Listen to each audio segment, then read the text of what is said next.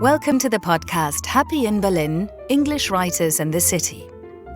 In this episode, we will be looking at politics and how both national and international events shaped the experiences and the works of British writers who came to Berlin.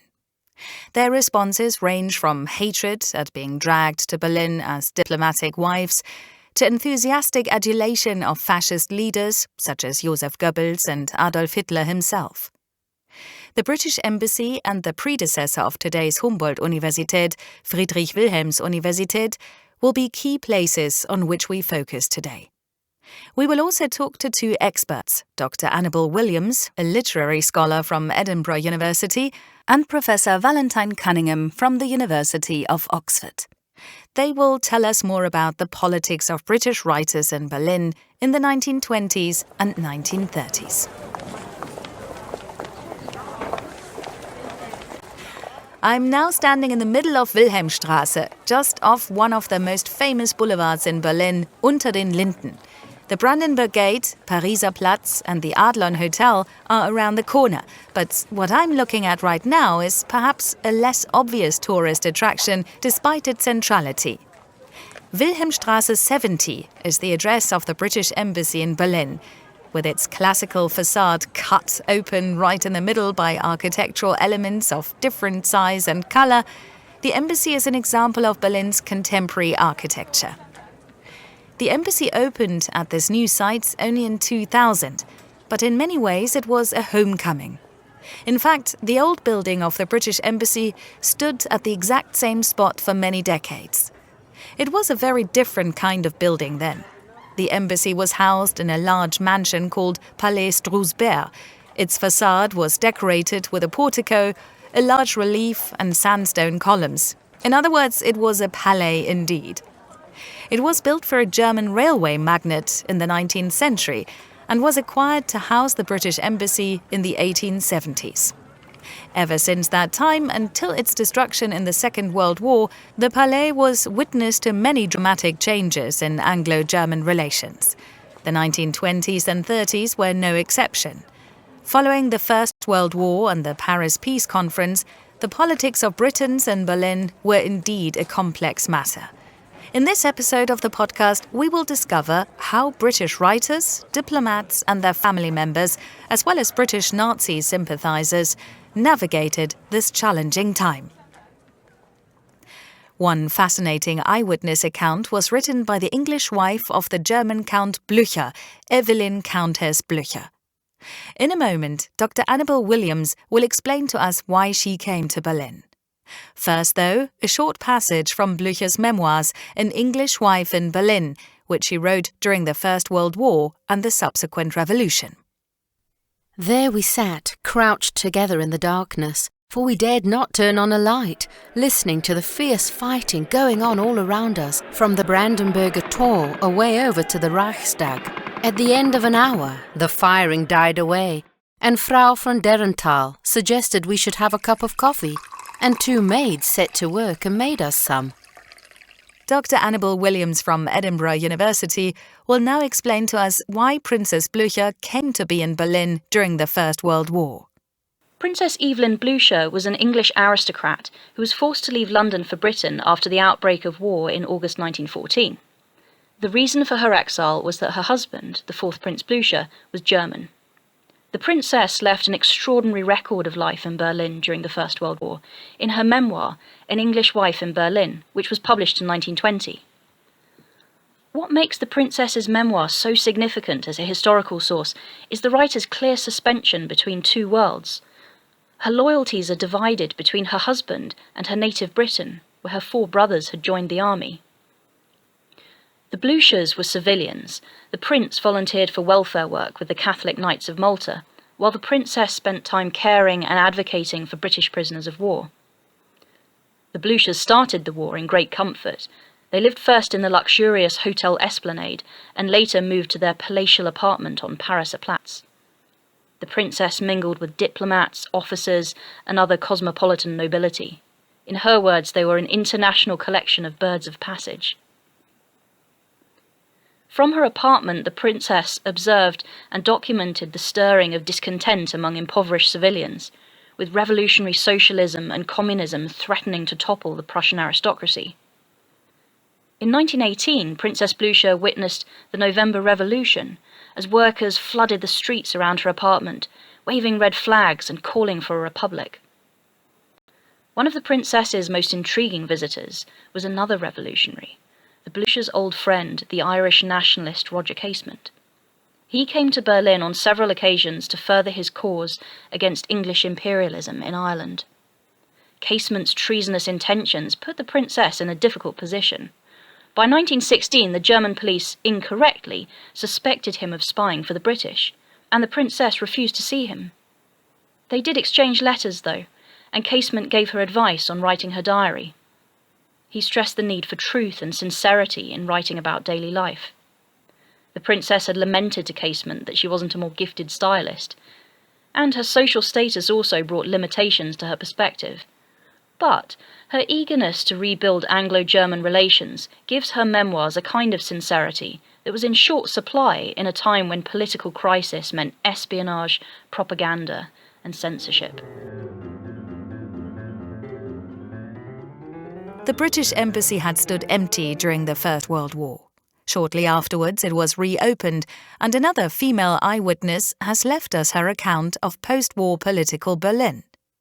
Lady Helen Dabenon, the new British ambassador's wife, was responsible for restoring the embassy to a working institution. Her memoirs contrast sharply the poverty she sees when on her chaperoned visits to soup kitchens and deprived areas, and the parties she gives to impress on the Germans that the British are back in full force. The white and yellow ballroom was open for the first time since 1914, and all the rooms were gay with flowers. The servants were arrayed in gorgeous buff and scarlet liveries, which we found stored here by the score, and which survived from the fêtes offered by Sir Frank Lascelles to the Kaiser. At the entrance stood two of the old German retainers, Fritz and Elf, enjoying the recovery of their cocked hats and gregariously long, gold-laced coats. The porter's principal duty seemed to consist in holding, with outstretched arms, long gilt staves surmounted, in this embassy, by the British Royal Arms. Then, but only when specially wichtige guests arrive, they strike their staves 3 times on the ground. It sounds like the 3 taps that raise the curtain at the Théâtre Français. All of this was carried out exactly as it used to be before 1914.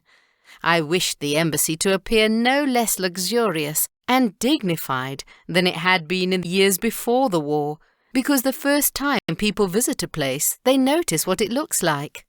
The German officials must have thought that England remained, at least to all appearances, solid and unchanged. Among the guests, beauty was not conspicuous, but the various commissions of control were in uniform, and the corps diplomatique, wearing their stars and ribbons, looked colourful and gay.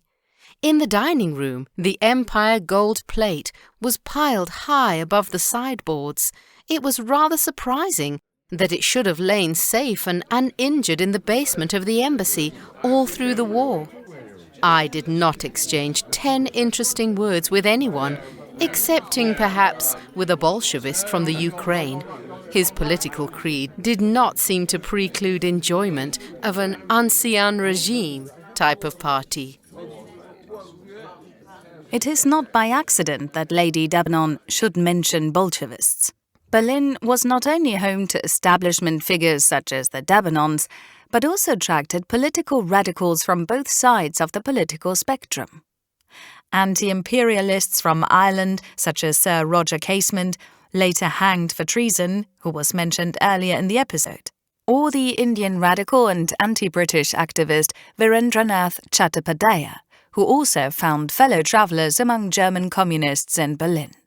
This is how the writer and translator Alex Strachey, in a letter to her husband James from 1924, described political strife and potential violence from the safety of the Romanische Café. Berlin is seething, so I'm told, with excitement, for today are the elections.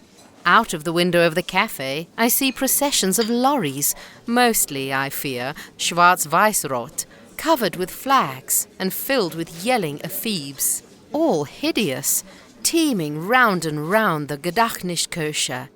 Trumpets, etc., tooting, and the street littered with mud-soaked pamphlets, but most of the people seem quite apathetic. 2 men have just clinked their beer glasses together opposite me. Als Prost, die Demokratische Partei. That fills me with a sense of solidarity and comfort, for one has the feeling that all patriots are dangerously mad, and most internationalists too.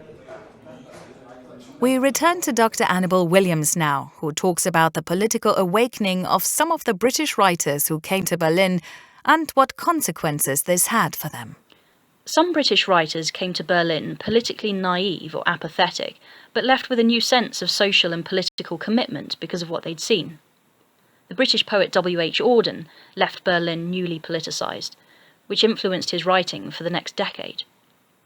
When he arrived in the city in 1928, after finishing his degree at Oxford, Auden soon settled on living and spending his time in working-class districts like Kreuzberg, where he witnessed the hardships of unemployment and poverty. On May Day of 1929, Auden saw the rioting sparked by police when they opened fire on a communist demonstration. In these years, the political left was fractured. Auden was really taken with the idea of proletarian revolution, but his communist sympathies didn't lead to any direct action in Berlin. Nevertheless, back in England, Auden was soon regarded as a communist fellow traveller, along with his friends and fellow writers Stephen Spender and Christopher Isherwood. Out of all the British writers in Berlin at the time, Christopher Isherwood drew the most creative inspiration from the state of permanent political crisis. But he wasn't immersed in political affairs from the moment he arrived in 1929.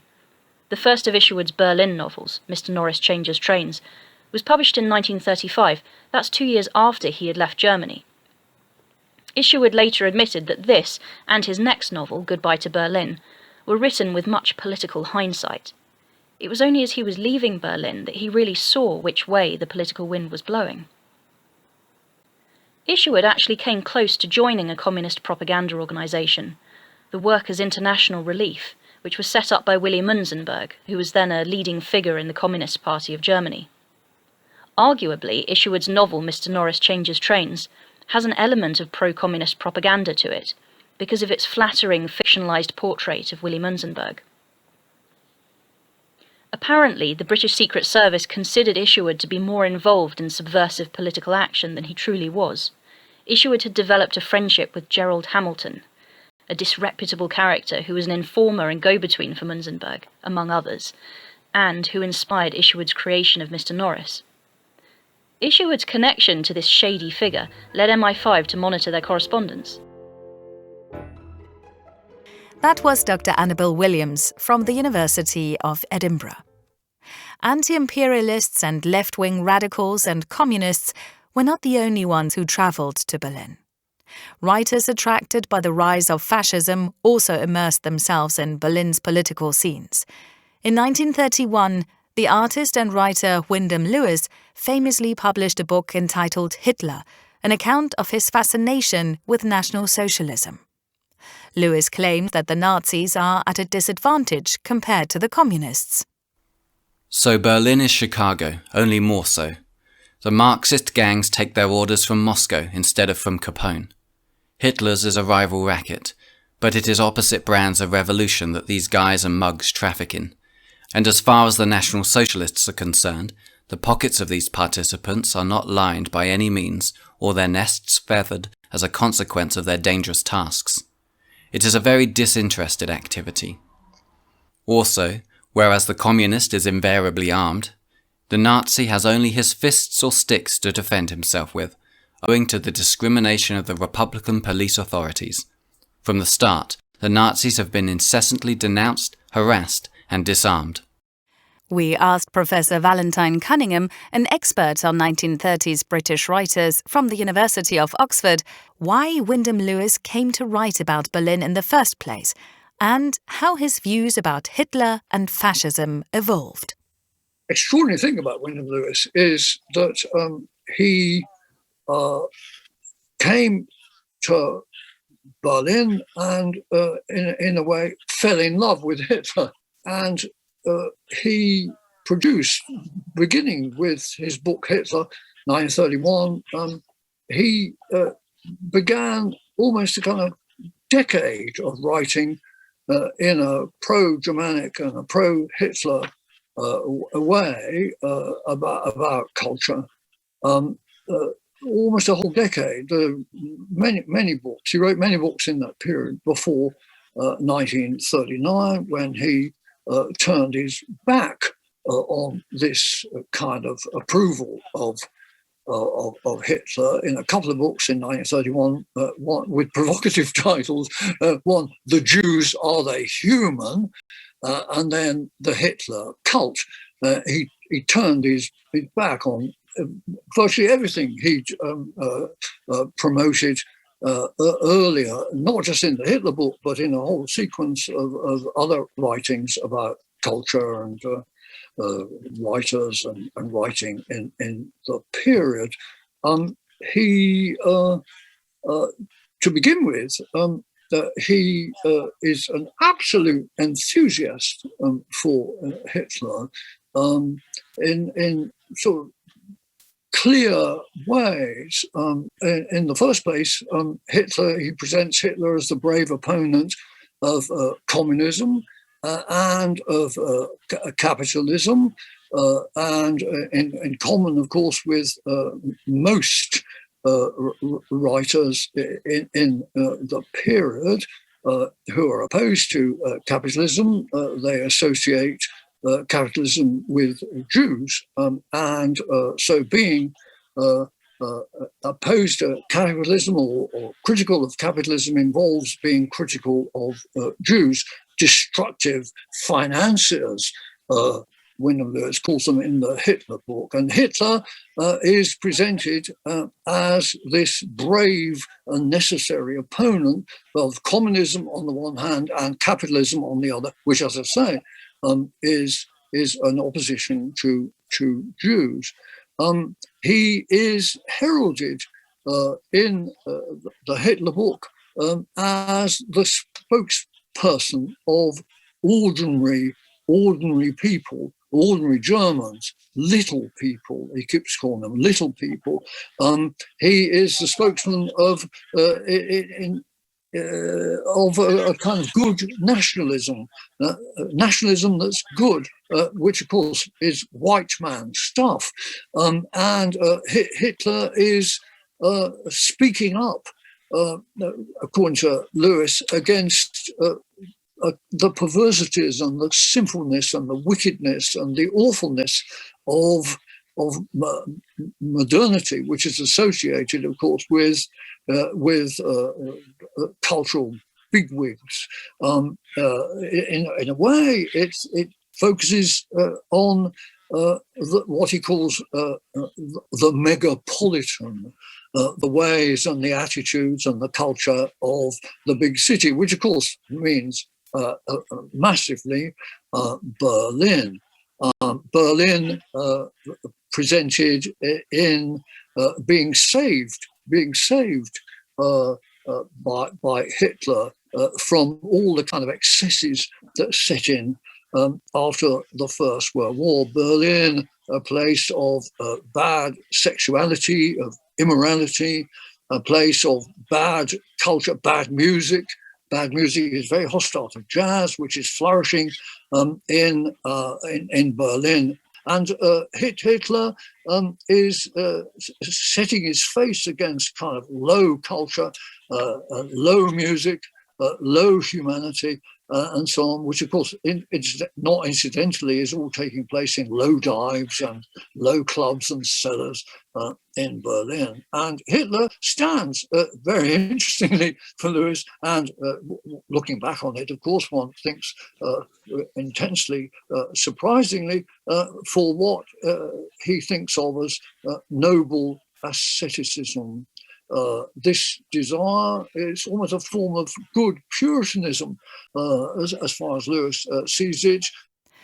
After having highlighted the contradictions of Lewis's response to Weimar Berlin, Valentine Cunningham will now continue to explain how Lewis understands Hitler's role. And of course, it is not just kind of disturbing, it is contradictory. Hitler is presented as a man of peace. William Lewis keeps saying England's got nothing to fear from Hitler and so on. At the same time, as he is being presented as riding a necessary wave or cult of violence. His followers are presented as tough guys, okay? Tough guys who are masters of the street through violence. And there's an interesting kind of line of approval here from Lewis, who of course keeps saying here in there and elsewhere that actually there is a necessary, there's a need for force and violence in post-war times, otherwise you give in to bad things. He quotes with approval Hitler, "Wer leben will, der kämpfe also." Whoever wants to live has got to fight. I think that's a quote from the whatever it's called. Anyway, he's quoting von Mein Kampf. Yes, indeed, that's a quote from Mein Kampf. This mood, as it were, fits in very much with Lewis's well-established line that what about himself, the old soldier, who has got to take up arms against everything that is kind of culturally bad. He writes a book in this period called "Blasting and Bombardiering." That's what you've got to do as a critic. Hitler, the man of peace, is necessarily involved in this kind of tough guy world, filling the streets with thugs, essentially. Hitler is presented as a representative of the little man, the ordinary person, against big counter opposition, but it comes through as relying on the power of the mass, Massenmenschlichkeit. With these political views in mind, what was Lewis's own attitude towards the artistic and sexual freedoms which Berlin offered? Did he agree with the protagonist of his book, with Hitler? Valentine Cunningham continues. The contradictions are all over the place. And they, it seems to me, enter into the absolute kind of rhetoric of these observations. William Lewis professes to be sharing Hitler's kind of clean-up attitude towards modern perversity and sinfulness and wickedness and so on, all going on in the cellars of Berlin. But it's quite clear that he, Wyndham Lewis, enjoys this very much. He presents himself, of course, as a mere sightseer. That's his favourite word in the Hitler book and elsewhere. I'm just a sightseer. I'm just an observer. And of course, by the way, that is a contemporary role assumed by so many British writers and so forth in Berlin. You know, famously, British was I'm a camera. I'm just a camera. I'm just observing. Okay, I'm not participating. In fact, that's part of my kind of virtue. I'm not involved. I'm not contaminated by all this. But quite clearly, Wyndham Lewis is massively attracted, excited by the degradation that he's exploring and deploring. There are some wonderful passages in Hitler, like the wonderful passage about Berlin Westens, Berlin im Licht, and so on. And he professes absolutely the enjoyment of this. There's a passage where he goes into the El Dorado Club and he looks at these kind of lovely women, but then he describes being approaching an elegant and usually eyeglassed young woman, bland Juno. These bland Junos, gone wrong, bare-shouldered and braceleted, as statuesque as feminine showgirl gardees. After a drink or two, they will whisper to the outlandish sightseer that they are men.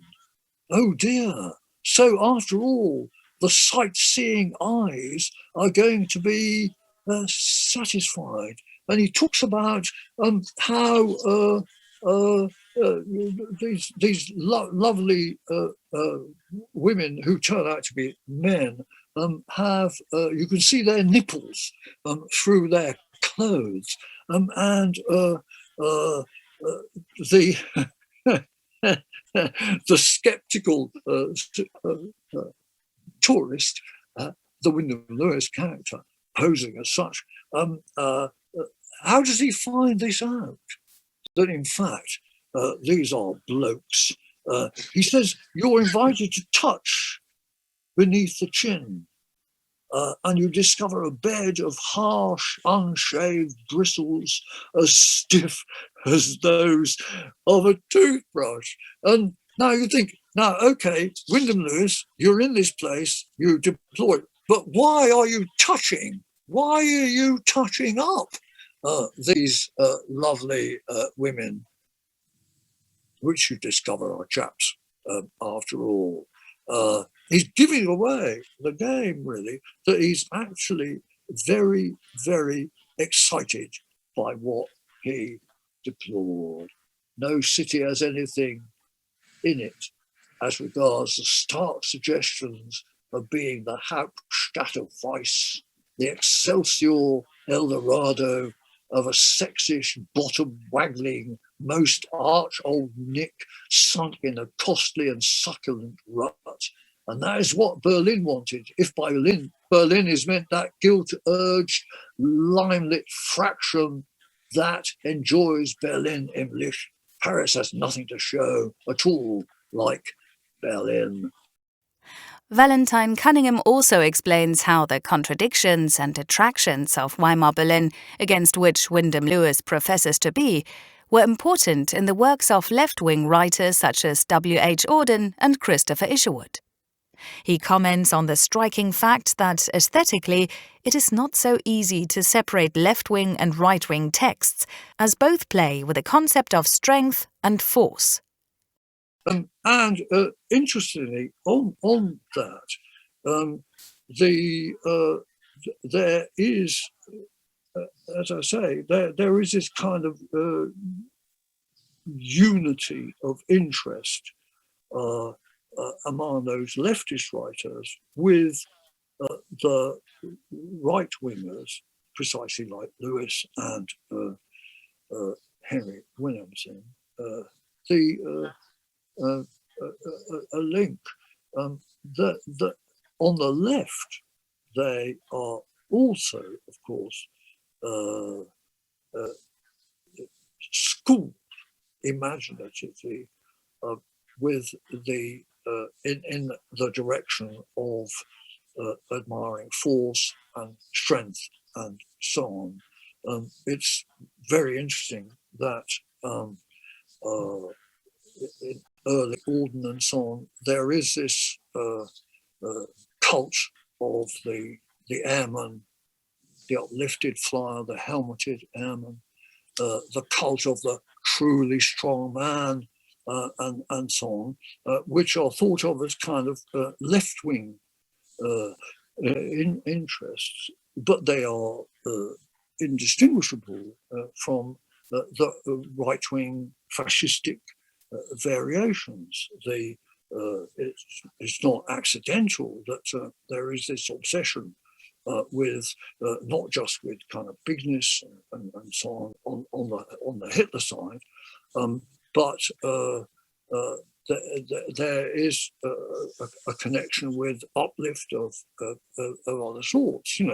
It's not accidental that Hitler is presented in the Riefenstahl film arriving by air. This has all been well linked with Mussolini, the flyer, and so on. The helmeted airman is an image, if you like, of the fascistic flyer. Nazi flyers dropping bombs on Guernica and so on. The truly strong man. That was Professor Valentine Cunningham from the University of Oxford. The left-wing journalist and historian Elizabeth Wiskemann had quite different things to say about the rise of National Socialism. She wrote intrepid articles for the weekly journal The New Statesman and Nation in the 1930s, and only left Germany after having been imprisoned by the German secret police. During the Second World War, she worked as an undercover agent in Switzerland. After the war, she published well-reviewed books of political analysis and became the first ever female professor at Edinburgh University.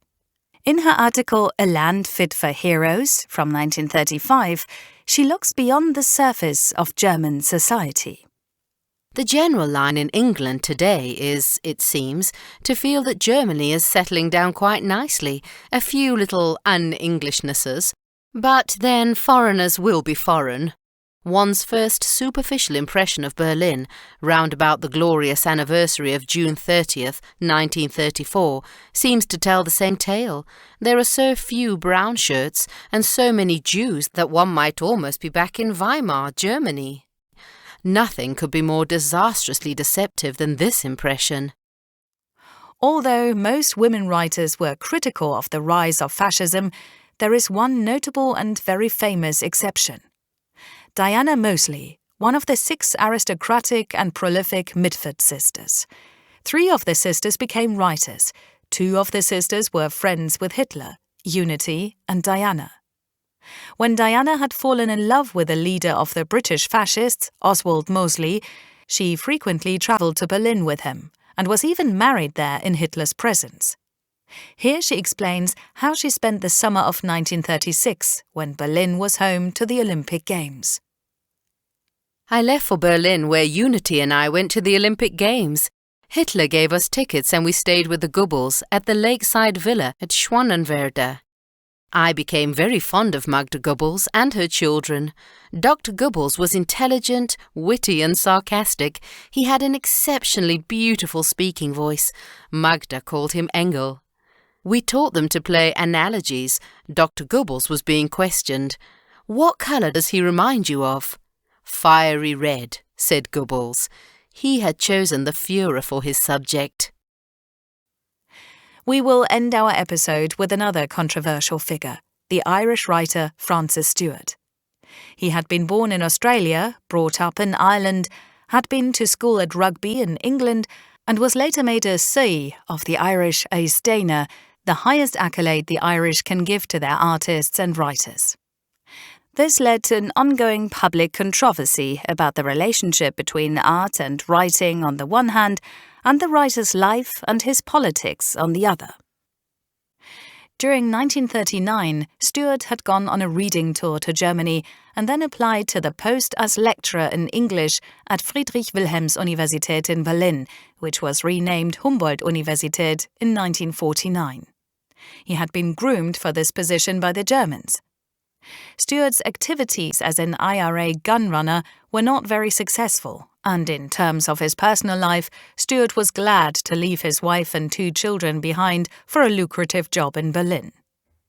The English department of the university did its utmost to support his financial and other demands, and Stuart only left Berlin in 1944, together with his German student lover, when life in bombed-out Berlin had become too difficult.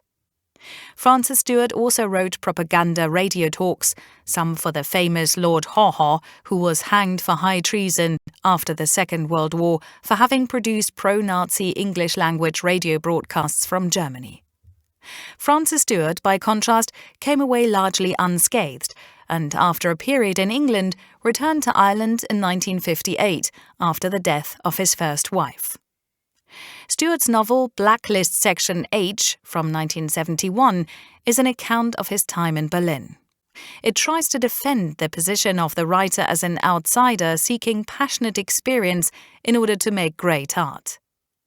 While the text and its autobiographical narrator defend this position, the files on Stuart from the university tell another story.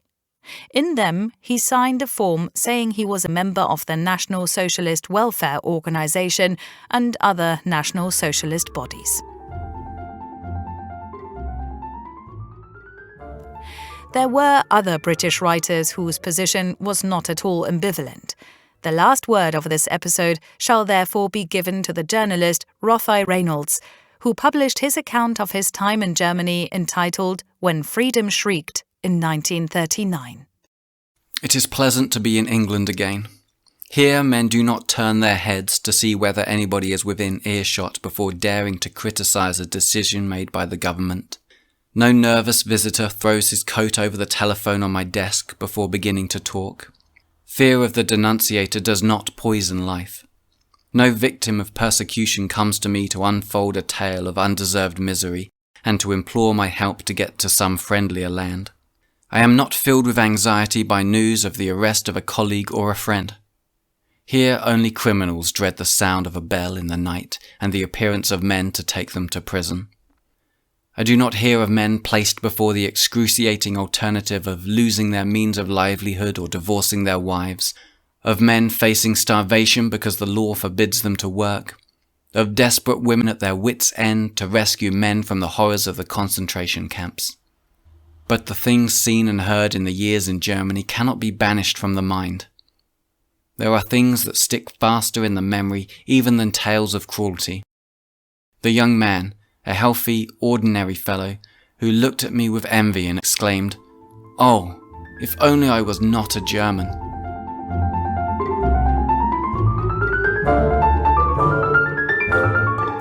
Thank you for listening. This was Happy in Berlin. This podcast is a part of the exhibition organized by Literaturhaus Berlin, the Center for British Studies at Humboldt-Universität, and the Bodleian Library, Oxford. To find out more about the exhibition and the public events, go to our website, which you can find in the episode's description. The podcast was created by Gesa Stedman, Anisia Petku, and Sofia Permiakova, spoken by Marianne Graffam, Lyndon Winters, and Claire Staniforth. It was co-edited by Clarice Cosset. Assistant sound research and editing, Liam Stedman. Our sound editor is Andrew Nichols.